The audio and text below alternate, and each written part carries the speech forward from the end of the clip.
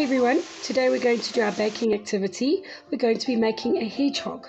First you need a marshmallow, you're going to need some syrup, you're going to need a little bit of food colouring, you will need a little paintbrush, and you will need some chocolate sprinkles or any sprinkles that you have to cover the marshmallow.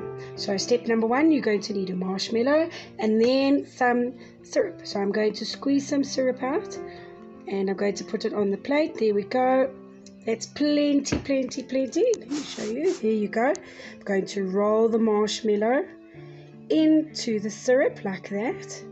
Okay, so the marshmallow is covered in syrup. Then we're going to get our sprinkles and we're going to put some sprinkles on the marshmallow, all over the marshmallow. And then I'm going to turn the marshmallow, and there we go. That goes on the body of the hedgehog. And a few more we put over there.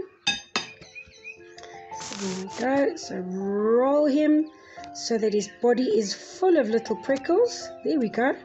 He's starting to look quite prickly. Oh, look at that. There we go.